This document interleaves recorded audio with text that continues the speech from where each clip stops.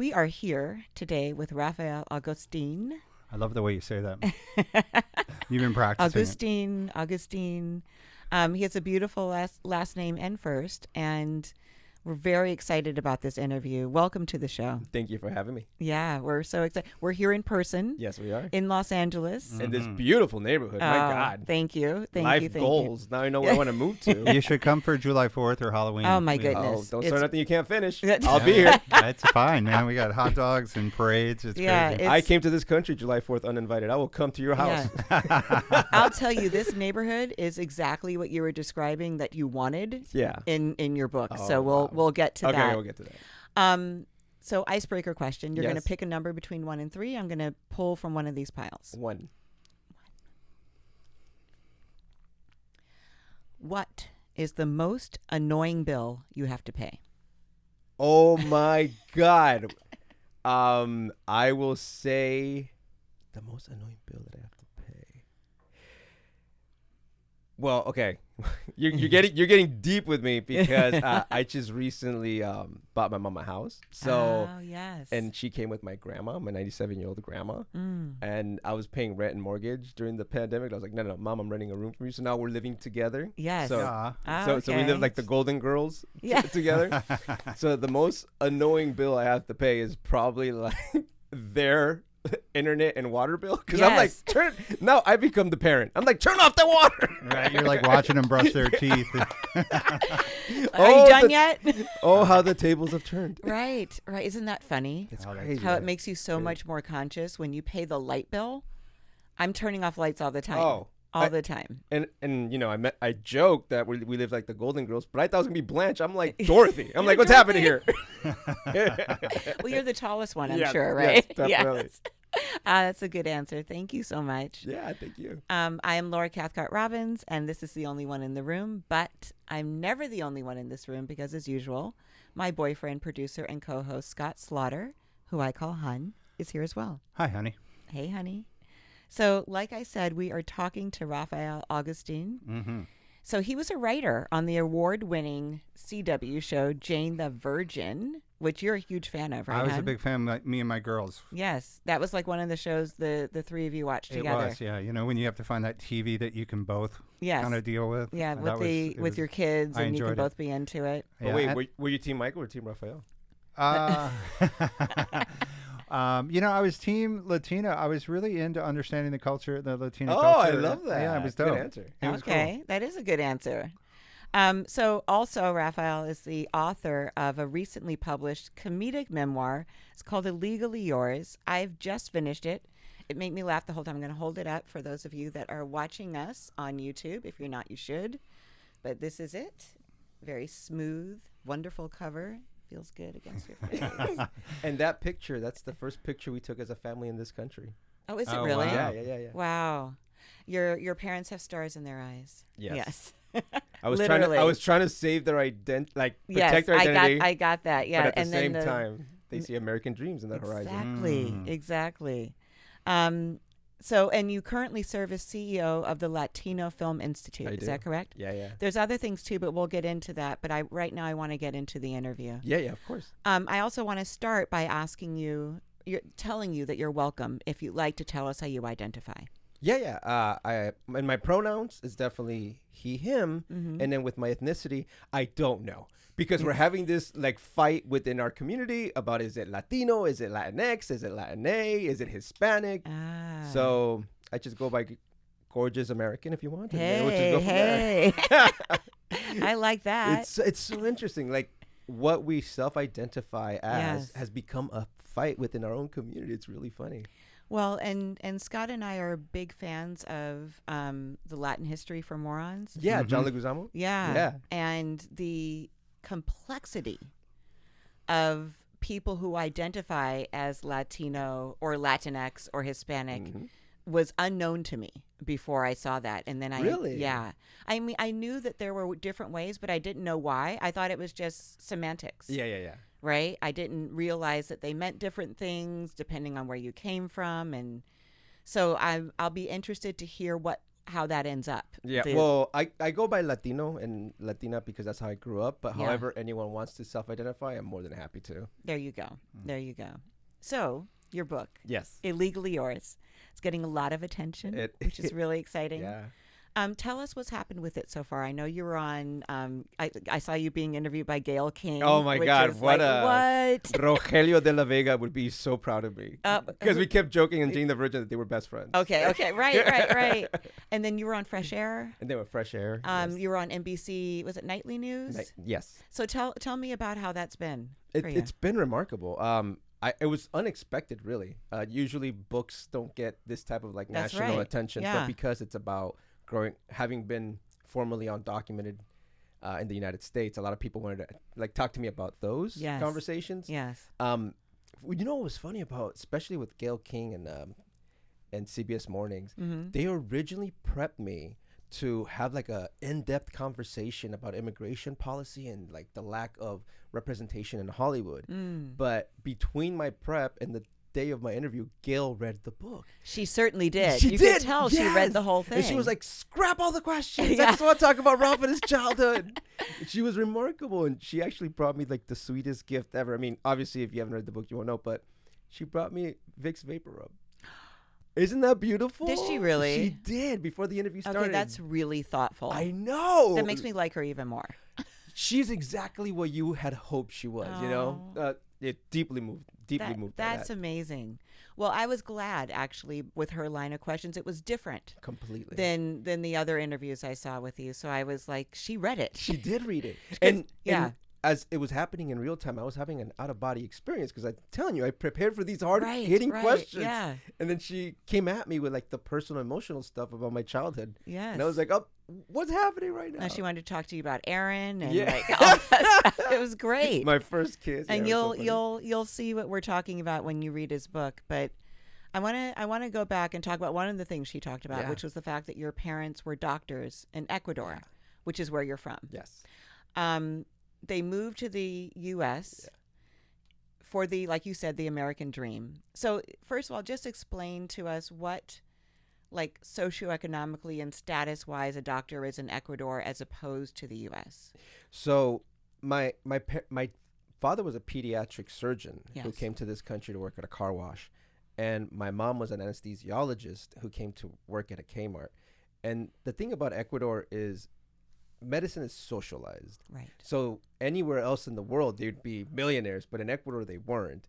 And the state of the economy in our country, the socialization of it was not the real culprit. The real culprit was always, international intervention and leaders that embraced it. And my book is a comedy first and foremost. But I barely hint at that the year that I was born, the first socialist democratically elected president of Ecuador, his plane miraculously blew up midair. Yes.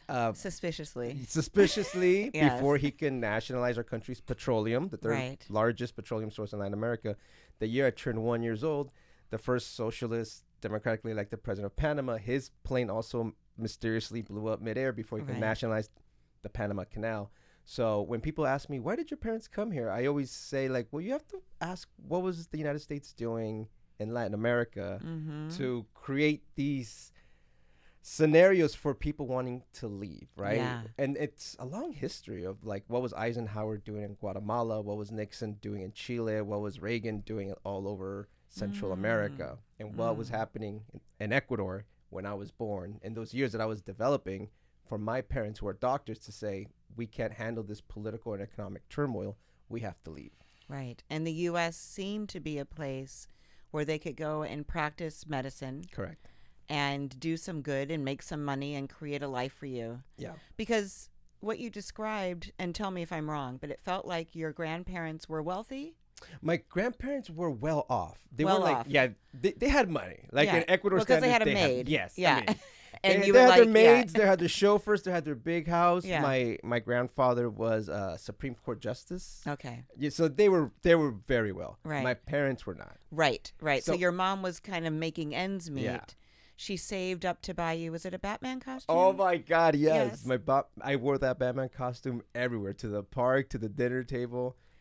I'm sorry. Go ahead. No. I was just gonna say that I grew up watching so much American film and TV. Yes. So I like my earliest memories is sitting down in my Batman costume, watching like the Adam West version of Batman, but Spanish dubbed. Right. Yeah. Right. Which is always funny to me to see anything dubbed. Oh my god. Yeah. Don't watch The Simpsons in Spanish because I'm like, that is not Homer's voice. I don't know what's happening right now. That's disappointing. Yeah. Right. My now 24-year-old son wore his Batman costume everywhere. I have pictures of him in it, and he went to a uniform school for kindergarten, and I would have to drive him in his Batman uniform, change him in the car. No. And then he would not get in the car without that uniform and without his love Batman. him. Yes. I feel like there's a kinship There's a kinship Yeah. there. When I read that, I was like, what? That's so funny. Somebody else. But my love for Batman was superseded by this very bad B movie that I watched in the theater that I was obsessed with called American Ninja. Yes, you talk about that a lot. And no one remembers this, but I was No. so obsessed. I thought it was like the biggest movie in America. Do you remember American Ninja, hun? I don't actually. I remember the name, but I'm sitting here Oh going, my I'm about God. to look it up. So Yeah. I can. First of all, it stars American heartthrob Michael Dudikoff, who Yes. went on to star in other such great films as American Ninja 2, Yes. The Annihilation, and American Ninja 4, The Confrontation. Yes. I thought he was the biggest American star ever. That's so funny. And I was obsessed with American Ninja. Because when I saw that movie in Ecuador, I only wanted to accomplish two things in my life. One was become American, and two, become a ninja. Yes. Like a real ninja. Like I mean, a I real think I ninja. wanted to be a ninja too. So now we have this kinship. yeah, We do, yeah. ninjas are super cool. They are. But I want to talk about that Yeah. growing up and watching TV and then not just identifying with the characters, but becoming them, Yeah. Oh. right? Yeah. Because I felt like I did that, but I don't know if I did it the way that you did. You did it really completely. Like you did more than imitate them. Or I guess you did imitate them, but you just like tell us like about Saved by the Bell and like and Grease. in Greece. Yeah, tell like all us that. about that stuff. Because it was my pipeline, my gateway to the United States and to Right. being American was all the movies and the TV and the pop culture. Yes. So I mean, I grew up watching Friends and I grew up watching Saved by the Bell, and you know, when I discover eventually that I'm undocumented, I say that I don't know how to deal with it because there was no episode of Saved by the Bell where Zach gets deported. Right. So how am I supposed to like know how to deal with this? Because everything up to then, you had been able, okay, well, what at this episode and what's the correlation to my Yes, real life? yes. Yeah. And I'll go one step further. I grew up idolizing and thinking that I looked like Yeah. the white, blonde, blue-eyed Yes. like characters and actors. Yes. And then when we moved to the United States, and I go to my first day of public school, Mm-hmm. I was so shocked by the amount of diversity that existed in this country that I had never seen on film and TV. Right. And like it freaked me out. Yeah. I was like, what are all these Asian American kids? What are all these black kids? And then I saw them. I saw the Central American and Mexican American kids, and I was like, wait a minute. I look more like them than the white kids. And that I'm like 6, 7 years old trying to like grapple with my own cultural self-identity. It's so right. crazy. I mean, that is crazy. And I can completely see that. Were you disappointed, do you think? I think my inner Michael Dudikoff was coming out. I was like, I must protect this country. I am a ninja. I must protect it from all these minorities. Except I was one too, and I didn't realize that. Right. But then just later on, obviously much later on when you were in high school, you when you were really paralleling Saved by the Bell, Yeah, you ran for class president? I did. Yes. And then tell me about that. I think, like looking back as an adult, I think that actually stems from me not wanting anyone to know that I was undocumented. Right. So I think I start following the map that Zach Morris laid out for me. So everything he did in an episode, I would do for myself. Because who's more American than him, Because right? he was more American than Zach Morris. So then I was Yes. like, okay, he's going to go and be part of the theater club. I'll be part of the theater club. He's going to run for class president. I'm going to run for class president. He's going to like join a band. I'm going to join the band. Who can forget Zach Attack Friends Forever? That was like a huge hit. I also became like the prom king. I became an honor roll student, all because I saw it on TV. And I was like, that's what I need to do to Right. convince everybody that I'm American. Right. And as an adult, I see, that came from like all this self-hate and all this fear that people were going to see me as different. Yeah. Yeah. And then So going back just to what you said before about being shocked to find that you weren't white, and then it really admiring like what is like standard American culture, right? Which read white at that point, especially then. Oh yeah, especially then, because what we had, like you're a writer on. But let me tell you, like I look back, Yeah. and I look at shows like Friends that I grew up with and I loved, and I was like, they're in New York. Where the hell are the minorities? Like, what's happening here? But at that time, I was so young. I just like, this is reality, right? I mean, Seinfeld, Friends, Seinfeld's the same thing. Sex and the City. They had basically no encounters with cultural minorities. And there would be like in one of or the two. most diverse cities in the world. In one of the most diverse cities in the world. Yeah, I mean, each of the stars of those shows said they couldn't make that show again because it was so culturally tone deaf. Each one of them, especially Friends. Wow. They talk about that. But at the time, you're right. It was just, taken for granted. I mean, they say that now with all their money. But right. Like, when it mattered. But it wasn't just white TV stars that you were drawn to. You were drawn to popular culture. Yeah, correct. In general, because you love Dr. Dre. Oh, my God. You love Snoop Dogg. You're going to throw a little verse? No, I can't. I can't. You're going to get me canceled. You love Magic Johnson. Oh my God, yeah. Which was a really kind of tender thing between you and your dad. Between me, my dad, and my grandfather. And your grandfather, my grandfather. Thank you. Yeah. I mean, let's get into this. His nickname was El Negro, so his nickname was the Black Man in Ecuador, and this is a man who didn't like black people. But he was darker skinned. And he was darker skinned. Yeah. So, but he was always like. I didn't understand. Like, it was like, but you're darker, but you don't like black people. What's going on? And then we would sit down and start, like, when he came to visit us in the States, we would sit down and watch basketball together.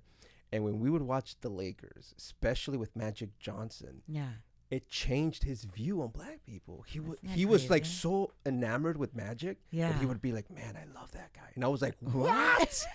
So it took one of the greatest point guards in NBA history to change my grandfather's view on like race and racism. Isn't that amazing? It's incredible. It's incredible. Well, and Scott and I talk about that a lot. Scott comes from a very kind of siloed white Southern family. What part of the South? Virginia, Richmond. Oh, yeah. And my family was old Virginia, like never left the state. Tobacco, Virginia. My father was actually in the Navy, but but when he was really young, he was a kid. Wow. And so the fact that Scotty brought me could have been very scary. Oh. But there's a whole story around. Yeah. No, I need to hear this. You can't just bring it up and up. No. I need to hear this. It's in a book. Actually, there's some published stuff about it. But there was a moment where we were very concerned about how my father was going to take. But he had suffered a major cardiac experience, so we had a little advantage. Oh, so he was just more like... I met him for the first time in the ICU. Yeah, in the ICU. Get out of here. And he was half paralyzed. And Scott's like... We told him you were here, but we haven't told him you're black.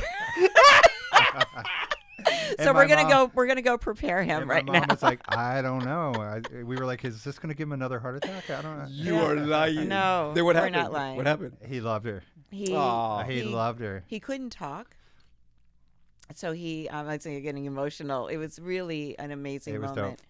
And he watched me walk around to his good side because, Scott said, he was paralyzed on one side. And his hand, very laboriously shimmied across the bed and grabbed mine. Aww. And then he kissed it. Mm-hmm. And he said, "Stop it." Beautiful. Oh, yeah, it was great. Or he mouthed. I mean, my mom and I were just bawling quietly in the corner. Yeah. And he mouthed beautiful to her. And a big fat tear rolled down his eye. We were all crying. Yeah, it was great. But it takes what it takes. And that would be the last year of my father's life. No way. Before we knew how he felt. Like, he changed his perception or my perception of how he felt about race in that moment. And at the end, he was flirting with all the black nurses. It was like it gave him permission or something. He was like, all right, my boy's going to go there. I'm going there. But it's like when it's personalized or something, it changes something. It's possible to have that thing changed in you. Let me tell you, because I toured the nation with this comedy show that touches on race and ethnicity a little bit. I want to talk about that too. Yes. Oh, my God. But all I wanted to say was, when I grew up in LA, grew up in Southern California. when this show took me to like Kentucky and Ohio, yes, you know what I mean, and Pennsylvania, yes, I thought I was gonna be confronted with a lot of just like Klans people, but it was for me. It was the opposite. It was just a bunch of people who had never been exposed to minorities before. Right. It was just like ignorance, yes, but not hate. Yeah. It was it's a fascinating realization on my part. Well, and I think those are the people where there's the possibility. Yes. Right. And they needed permission to explore it. I yes. think, yeah. Yeah. And laugh, you gave them permission. It sounds like we're comedy, I think, and laughter, and you're going to find ignorance when that happens, but you're also going to find people who are looking for a way through. Right. Right. So you like popular culture. I do. You like the black kids. You like the white kids. Yeah. But tell me about Ricky Martin taking the stage at the Grammys and how that changed your perspective. Oh my God. In 99, when he performs at the Grammys, it was like watching him redefine what sexuality was. And it was redefining what like a Latin man could be. Like I was there with my parents, and my dad was like uncomfortable watching him dance, and then my mom was like drooling watching him. He's very, very sensual, very sexual. Yes. And I was like, that's it. Yeah. I want to be like Ricky Martin. I'm gonna wear like tighter shirts and go out and like gyrate as much as I can to try to like hook up with as many people as I could. But his sexiness was not like trickling down to me. It wasn't working. I was not Ricky Martin. Let me put it that way. But that's inspiring though, right? To see a Latin man being revered that. I had never seen a Latin man on a stage that big in the United States, and for music, right? Yeah. Not since like Elvis had someone like redefine what sensuality and gyrating your hips is for men. Yeah. And thank you, honey. He was one of those people that like what you're talking about, he just brought people, like he normalized Latin sexuality for all of us. Ooh, interesting. Yes, right? Yes. Because maybe we hadn't seen that before either. I had, but I'm a minority. Yeah. and had lived in those different cultures. But like America as a whole maybe hadn't seen, or like Scott just said, had permission to admire openly, and I grew up, and I still am, an I Love Lucy fan. Oh, you and me both. Yeah. It was one of the first shows I saw in this country because it would be on reruns. So I would see it in the morning. Yes. It's still on reruns still on everywhere. That and Friends. But I Love Lucy, because it's been on for so long, it like kills Friends. It's everywhere. Sure. But that intercultural marriage, right? And the permission that Ricky had to be Latino on this, when he started, going off in Spanish and blah, blah, blah. And the culture was so, that normalized it for me, Interesting. And, I remember reading that one of the very first Gallup polls, when the Gallup poll was created, was to study if Americans, general Americans would be comfortable with watching Desi Arnaz on TV. Yes. And he tested through the roof, and executives were like, well, clearly the Gallup poll's broken. Right. They didn't believe it. They didn't believe it. Of course. That makes sense. That's so funny. Yeah. I never heard that. Yeah. And to this day, people are like, oh, how are Latinos doing in media? What do you think? Are we doing better? And I was like, no. Right. Like, we're trying to get back to the 50s when we were comfortable with having Desi Arnaz in our homes every night in the most popular show in the United States. And being himself. I mean, he was being Ricky Ricardo, but he brought his own flavor to Ricky Ricardo. He didn't Americanize him. I agree. And then him and Lucille Ball go and create essentially the sitcom as we know it. That's incredible. And they allowed them to be married and have a baby, even though they slept in separate beds, and that's a whole other thing. Whatever.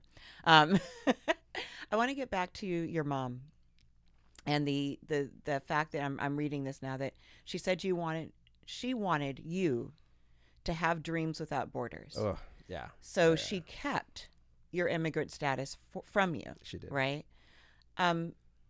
Which is a really beautiful thing. Like, she didn't want you to feel limited by that.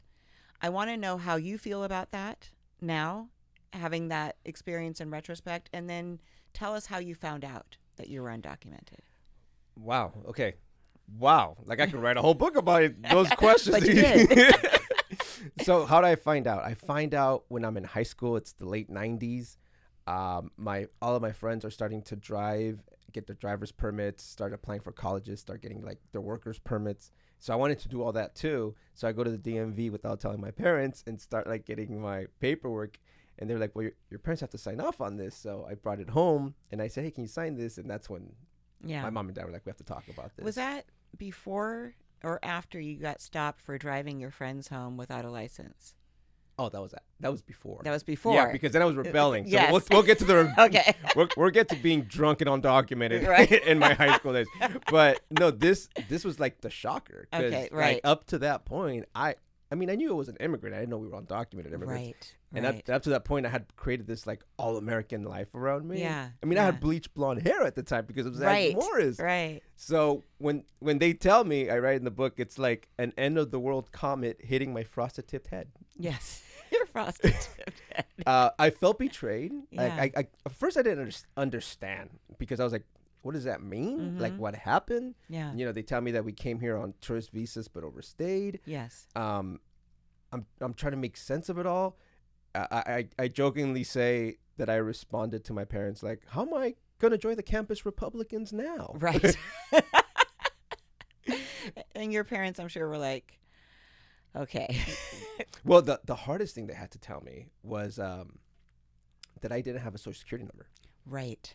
They did and I didn't, because when they first came to this country, they were told by family members that as adults, you need them to work. And they were like, well, he's a child and doesn't have to work yet. So they got themselves social security numbers. And then by the time they realized I would need one, the laws had changed and they couldn't get me one. And your dad felt really bad about that. He felt terrible. In fact, he did one of the, I didn't write this in the book, but he did the hardest thing. One of the hardest things he ever did was force himself to enter a federal building. Yes. To get me a social security number. Yeah. And instead the government gave him a tax ID number for me. Right. So well, that is in the book. I didn't the result of it is. Yeah. But I grew up with a tax ID number. That's what I had. Right. Like which does what for you as a kid? It just essentially documents what I'm spending and that the fact that I can pay taxes when I'm 18, those types of things. Right, right. So it was almost like you can't be in this country, but if you are, pay your taxes. It was one of those things. So as an undocumented person, you were at risk of being deported. Yes. As were your parents. Yes. Do you think that you would have had a similar experience to what you had if you had had that fear growing up? No, absolutely not. And this, as an adult, I understand why my mom did it. I thank her for it. Mm-hmm. I grew up like very like stupidly, obliviously a very happy kid. Right. And that was the pep talk. That was the pep talk that turned me around, because they tell me the truth of our documentation. I get very depressed. I'm in a funk for a few months. Then my mom just sits down and says, we just want you to know that the reason we didn't tell you is because we thought it'd be better if you grew up not feeling different, because dreams should not have borders. Yes. And that just completely turned me around. I was like, okay, yeah, you know what? You were able to hear that. Yeah. At that time. Yeah. What a gift for her. Yeah. Because I'm sure, as a parent, to see your child suffering, to know that maybe you're being blamed for it, or that, if I had done this differently or done that differently, and then to have it explained and then have you receive it, must just have been such the biggest relief for her. Yeah. And one, yes. And two, I wanted to do something with this book that I hadn't seen done before when it comes to like immigrants and immigrant parents. Mm-hmm. And that's that I think a lot of the time we have a bad tendency of romanticizing the idea that they came to sacrifice for me. And I think that's utter BS, because my mom and dad had their own hopes and dreams that they couldn't accomplish in this country, and they were shattered by it. Yeah. So that's why I end the first chapter by saying that the greatest lesson they ever learned in America was that the American dream is not for you, but for your children. Right. Because even though they were doctors and had medical licenses in good standing in Ecuador, when they came here, the licenses meant nothing. Correct. Medical licenses don't transfer country. And English was a second language. So hence the car wash, hence Kmart. Yeah. Your dad had a few other jobs, right? He's had a lot of jobs, yes. And there was one where, did he work in a hospital? He became a vocational a vocational instructor. Yes. And he was working with previously incarcerated individuals, and how to teach them to become surgical assistants in operating rooms. Right. And then that's actually a really funny story because he's confronted about his accent. He had a terrible accent at the time. And they're like, we're not learning anything from you, but can you teach us? Yeah, so like, and we'll teach you. So the main chola in charge stepped up to his face, I swear, and he was like, she's about to beat me up. Right. And that's when she makes the best deal of his life. She says, we will teach you how to speak proper English, but you have to teach us how to be able to work in these operating rooms. Right. And it was the greatest year of his life. He learned proper English, and they learned how to go on to work in the hospitals. But yet there was a glass ceiling for them. They couldn't get their licenses and practice medicine here. But it had been too long in between by that point. But the dream was still alive for you. The dream was still alive for me. Talk to me about NWC.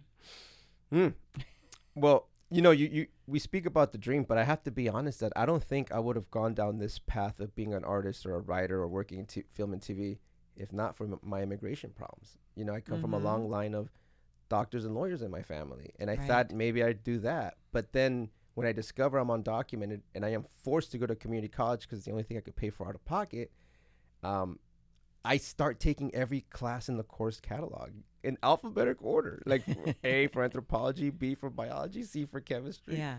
Imagine how many classes I have to take to get to T for theater. Right. And then it's in theater that I discover, oh my God, this is where I find my kind of like my inner power and my voice, and I'm starting to feel comfortable. And I've been acting American my whole life, so the acting on stage felt like natural. Right. And then I eventually, once we do get our permanent residencies that took 15 years, I have friends from Canada who did the same process and got them in 3 months. We got them in 15 years. By the time we get our permanent residencies, now I can apply for financial aid, and I go to UCLA. Yes. So I'm at UCLA at the School of Theater, Film, and Television. Funny enough, on an acting scholarship, but there are no rules. There are no rules for minorities. There are no rules for Latinos and Latinas. So I was like, oh my God, I have to create the opportunities, right? So then I start trying to write myself into existence. And that's how NWC came about. Okay. We had some great mentors who were professional writers. Liesel, who you know, yes, Liesel yes, Reinhardt. Yes. Shout out to her. Shout out to Liesel. Shout out to Stephen T. Siegel, okay, who is another brilliant writer and one of my writing mentors in life, like Liesel.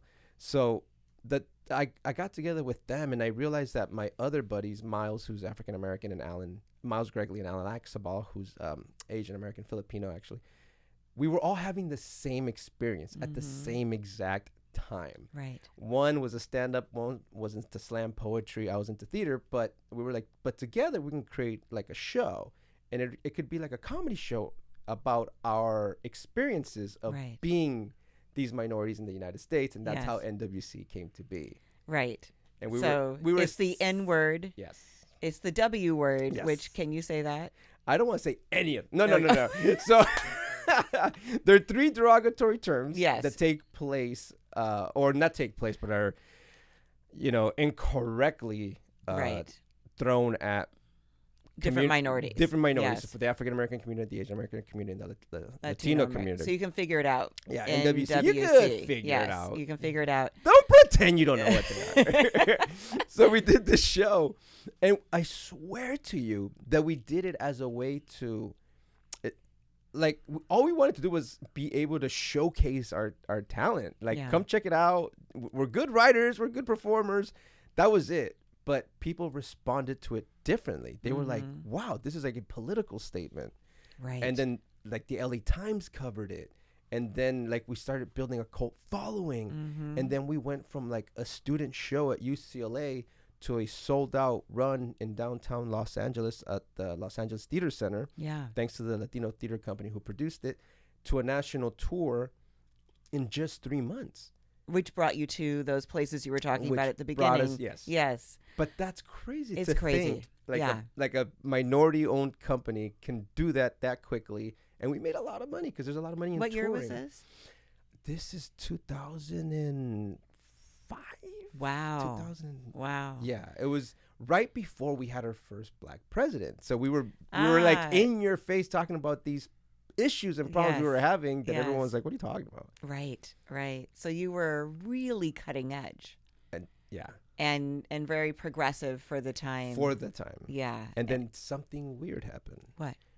Barack Obama becomes president. Yes. And then everyone, especially like affluent white students, start getting angry, but they don't know where their anger is coming from. So now we're out like in middle America touring this show that was first received with open arms because like, we have a diversity problem. Right. But all of a sudden, wait, but we have a black president. Racism is over. And I was like, no. We live in a post-racial society now. And that was strange. That was strange to be like in the middle of. Well, it's interesting too because after Trump was elected, then a lot of these same projects and movements were resurrected because it was clear that we didn't live in a post-racial society. We never did. So it went to the others. It swung to the other side. I agree. That was. I have a friend, not to get into politics, but I have a friend who's a behavioral psychologist who helped me understand the past presidents so well. He was like, when you have to give medicine to a child, first they have like a tantrum and then they accept it. He's like, that's what I feel it's happening with this country. Like the medicine is like trying to end racism and, getting a black president, and the tantrum is the previous president. Right. And now we have to just accept it. Right. Yeah. We're moving forward, people. Yes. Tell me about getting the job on Jane the Virgin. Well, yeah. Okay. Back to me insisting on writing myself into existence. Into right? existence. Yeah. I love that you said that, by the way. I live by it. I live by it. So when NWC eventually gets a development deal with a major studio to try to make it a TV show, and that was my first experience in Hollywood. It was my greatest lesson in life because it was my worst experience. I was so young. I was first gen. I'm a people pleaser. I didn't fight for my voice. So there was a lot of cooks in the kitchen. And the best lesson that I learned in Hollywood is that success has many parents, but failure is an orphan. When that show didn't work, it was my fault. But if that show would have succeeded, everyone would have taken credit. Yeah. Because there was like at least 10 to 12 people giving you there's the showrunner, there's executive producers, there's the studio, there's a network. You know what I mean? There's a sausage making machine. Yeah. And because I didn't fight for my voice, the show, that came out of that at the other end of that sausage making machine had my name on it, and I didn't even like it. So I got a little depressed. I was like, you know what? I'm gonna maybe just stick to doing theater. But I remember that when I was on tour with NWC, everybody responded so well to my parents' story. Like when I explained that my parents always filed their taxes. And I know this because they were always happiest when they got their like tax refund check in the mail every year. Right. And the idea that the American Revolution was founded on there's no taxation without representation. But that's what they're doing, or that's what we are doing to like 12 million undocumented workers in this country. When I started to share these thoughts and concepts with people who had never interacted with an undocumented American before, I realized that I was changing their hearts and minds. So I was like, okay, I know what I'm going to do. I'm going to write a TV pilot based on my life, like the Wonder Years. Do you remember the Wonder Years? Yeah. So I grew up watching the Wonder Years. Yeah. And I was like, that's what I'll do. What if Kevin Arnold discovers in high school that he's undocumented? Right. So that was the conceit of the show that I wrote. And it was that script that made me a Sundance Fellow from the Sundance Institute. Okay. It was that script that got me my first Hollywood agent. It was that script that got me staffed on Jane the Virgin. Nice. And it was that script that got me my first TV cell in Hollywood. Wow. And all by insisting on telling my story. And it took me forever to get to that point because I was too scared to like share my experience, share my life, or even talk about the fact that I was formerly undocumented. Yeah. You know? So joining that writer's room on Jane, did you feel like I'm with my people on Like, well, how was it? I don't know. I don't know who was on the staff. Yeah. I mean, when you say my people, I'm sure you mean like nerdy writers who are neurotic. And that's who was there. Because that was my people for sure. When I showed up, I was surprised that there weren't more Latinos and Latinas in the room. Oh. I really was. They were all remarkable writers, but I was like, wow, this is so uniquely like a Latino show. There was 3 of us, but one was from Mexico. Like she was like Mexican who flew in to do the show. So really there was only 2 of us that were U.S. Latinos. So first I started getting this imposter syndrome because I'm like, what am I doing writing for television? I'm not worthy. I shouldn't be here. Yeah.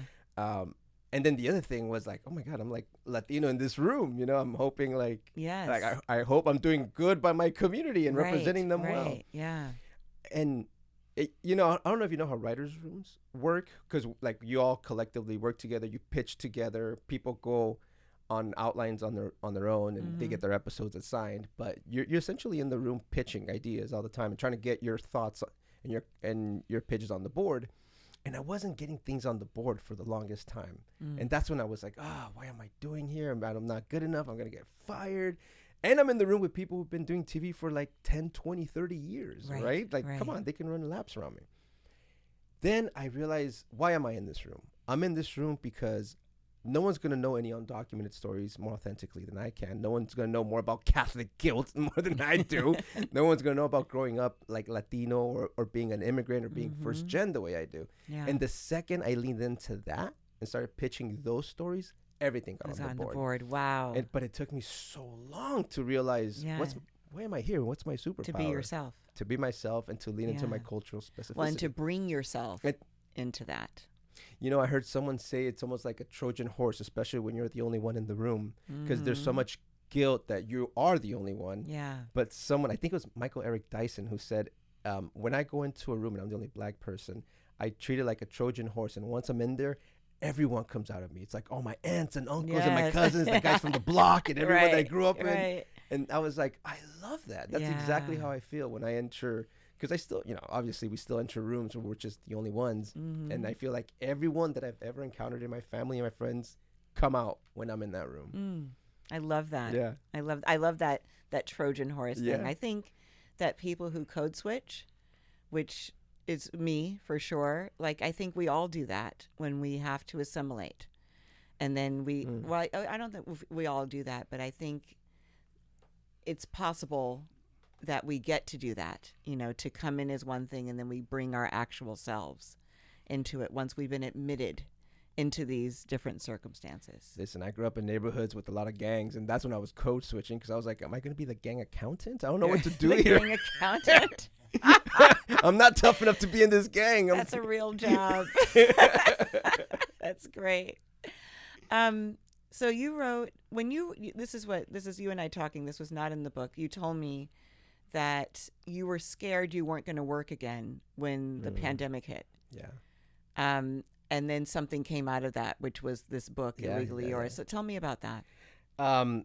So because I didn't have a traditional path to becoming a TV writer, usually, I mean, if you're not born into it, usually like you become an assistant and then you move up, to staff writer and so on. So when I become a writer on Jane, I'm a little older. Yes. So when we came off of the 2 seasons, I told my agent, listen, I'm no longer young and beautiful. I think it's my time to pitch the shows that I want to tell, and more importantly, to try to get it to a higher position in this industry where I could start helping other people from my community. And we came up with a strategy. There was a couple of books that I adapted, and right when we were ready to go out, the pandemic hit. Right. Oh, and I was deflated. I was so deflated, and all my friends who continued staffing were great, and they're in their rooms, and they have job security, and I was like, oh my God, I did the wrong thing. I'm such an idiot. Yeah. And then I remembered that pilot that I wrote that opened up the world to me. Yeah. And I was like, I'm going to turn that into a book. Yes. There's so much to write about at this point, like now as an adult and looking back. So I create a book proposal. I get a book agent, and then I get a book deal. Yeah. Because of my fear, I've always grew up thinking you need to have at least 2 or 3 jobs as an immigrant in this country. You're a hustler. Oh my God. Yeah. You have to be, right? Yeah. For people from marginalized communities, yes, we tend to be without trying. Exactly. So I get the book deal, and the best thing, once Hollywood opens up again, I'm first out the door, and I was able to sell 2 other TV shows. So nice. It turns out I did do the right decision, even though it looked like the wrong decision at that moment. Yeah, I love that. Thank you. All right, so we're coming to the end. I told you that because you are a U.S. citizen, you had to take the citizenship exam. Is that what it is? Yeah. So I was going to ask you a few citizenship questions. Oh, how dare you! It's live on I know, it's in front rough, of right? everybody. I don't even know these answers. I had a cram to make sure I passed. All right. So there were 13 original states. Yeah. Can you name 3 of them? Delaware, New York, and New Jersey. Was New Jersey one? No, wait. I'm going to say Delaware, New York, and Virginia. No, that's right. Delaware, New York, and I just couldn't find it on here. Okay. The original 13 colonies. So ding, ding. Thank you. Very good. Okay. Federalist Papers supported the passage of the U.S. Constitution. Name one of the writers of the Federalist Papers. John Adams. Or Benjamin Franklin. Or Thomas Jefferson. Federalist Papers is so hard. Alexander Hamilton. Yes. Ding, ding. Yeah. Excellent. All right. And you have a chapter titled this, Who Was George Washington's Right-Hand Man? I'm so happy you had said that because I just said Hamilton. Yes. So at the time, I didn't know it was Hamilton. Lin-Manuel Miranda didn't exist in my world at that time. I remember I go take the citizenship test, and the gentleman, the federal worker, was trying to stomp me because I kept you were acing it. I was right? acing it too much, and he pulled out another sheet of questions, the Mason-Dixon line and all that stuff. Then he finally said to me, out of like anger, because he couldn't stomp me, he was like, "Who's George Washington's right-hand man?" And I was like, "George, wait. I mean, I see the painting. I see him crossing the Delaware. Right. Who is in that painting?" I was like, who's his right-hand man? Yeah. And after like 5 minutes of like sweating and excruciating pain, I finally said, "You know what? I don't know." Right. And the gentleman says, "I don't know either, but if you knew that, holy hell." And this was, of course, before the play was so popular, and the song where they sing about him being his right-hand man. That's so funny. No, you did very well. Thank you. I wouldn't have done as well. I don't know anything about American history. So. Oh, stop it. Yes, you do. No, well, I mean, only through popular culture. Yeah. That's the Thank way God for Hamilton. Thank God for Hamilton. Yes, absolutely. The last thing I want to talk about, 2 last things quickly, because Scotty just gave me the sign. You bought your mama house. You mentioned that. Yeah. So now you're the Golden Girls. You're all living there together. But tell me about that. Tell me about being able to buy your mama house. I mean, it truly is a lifelong dream, right? Yeah. When you think about what is the American dream, it's just to be able to take care of your family, and it's ultimately home, right? And how we define home. Mm-hmm. So to be able to buy her a house for her to like be able to start over, because my mom has had many chapters in her life. Yes. And to be in a position where I can support her to be able to do that brings me great pride and joy. Yeah. It really does. It's amazing. It's amazing. I want to say congratulations, because that's not something that everybody can do. Not everybody. That is the American dream. Everybody wants to be able to take care of their parents in style, if they have a good relationship with their parents. If you like them. If you don't like them, don't take care of them. That's okay too. Right. In 2018, you were invited to speak at the United Nations 70th anniversary celebration of the Universal Declaration of Human Rights. Yes. Wow. Yeah. Just tell us a little bit about that.